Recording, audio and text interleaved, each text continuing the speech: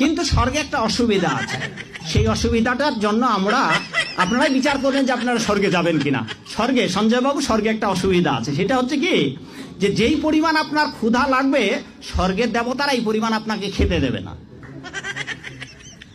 ওখানে সুন্দর সুন্দর পাকা ফল আছে, কিন্তু গাছের ডাল থেকে ছুটে আপনি খেতে পারবেন না। ক্ষুধার ঠেলায় আপনি জল খেতে যাবেন, ওই সরোবরে নদীতে যে স্রোতস্বিনী ধারা আছে, ওই জল আপনি হাতে উঠে খেতে পারবেন না। তো ওখানে যারা স্থায়ী দেবতা আছে, ওরা যা খাইতে দেবে আপনার তাই খেতে হবে, ফলে স্বর্গ শান্তি নেই। জান্নাতের সবচেয়ে বড় বিষয়টা কি?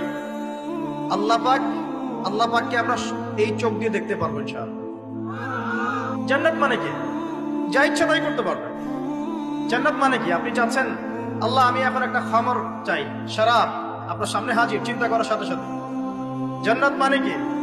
আল্লাহ আমি আপনাকে দেখতে চাই, আল্লাহকে আপনি দেখতে পারবেন। জান্নাত মানে কি? আপনি মধুর নহর, দুধের নহর, পানির নহর, শরাবের নহর, হুরে নিন চতুর্দিকে ঘোরাফেরা করছে।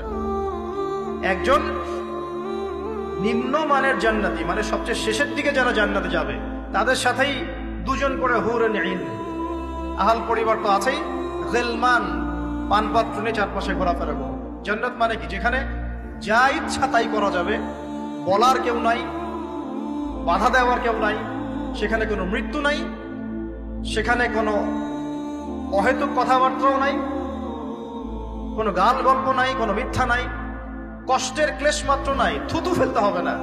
জান্নাত মানে থুতু ফেলতে হবে না। জান্নাত মানে হাঁচি হবে না, নাক ঝাড়তে হবে না।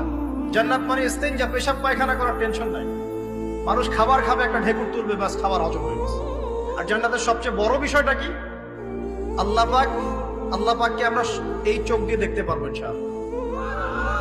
আর তার সমকক্ষ একটা বিষয় হচ্ছে, আল্লাহ পাক বলে দিবেন যে আমি তোমাদের সবার উপর সন্তুষ্ট হয়ে গেলাম, যাও কোনোদিন অসন্তুষ্ট হবে, ব্যাস।